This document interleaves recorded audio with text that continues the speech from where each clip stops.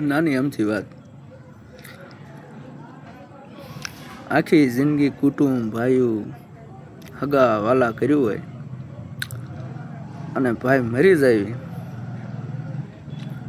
અને એક લાઈસ માથે એક કાંઈ રોવાનું વેતું કરે, હમણાં ઓલાને જીવ પાછો આવી જાય છે.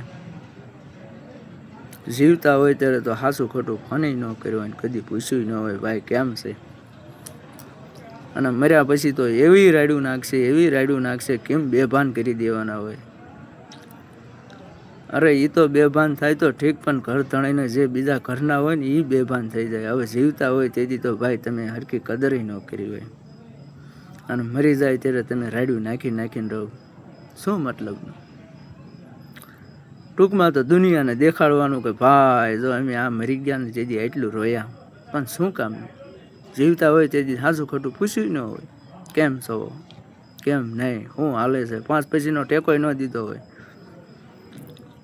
અને મરી ગયા પછી પાછા સ્ટેટસ લગાવશે. એટલે આવી દુનિયા છે ને આમાં જીવવાનું છે, એટલે આપણા અંદાજથી જીવવાનું. અને પછી તો જીવતા હોય ને ટેકો ન દીધો હોય, ઠાઠડીને ટેકો દેવાનો એને પાછું મારા દીકરા પૂન માને. અને જીવતા હોય ત્યારે ટેકો દેવામાં ભાઈ કાંઈ છે નહીં. આવી દુનિયા છે ભાઈ, અને આમાં રહેવાનું છે.